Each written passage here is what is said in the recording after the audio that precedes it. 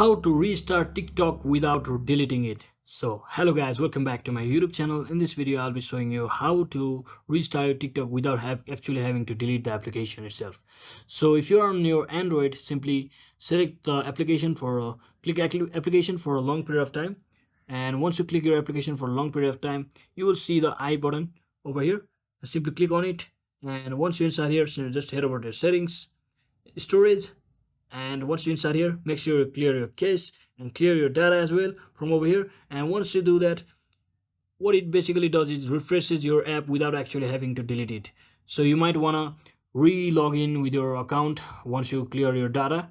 So after that, if you head over to your settings, you might want to search apps inside your settings, and once you search for apps, you'll exactly get the same.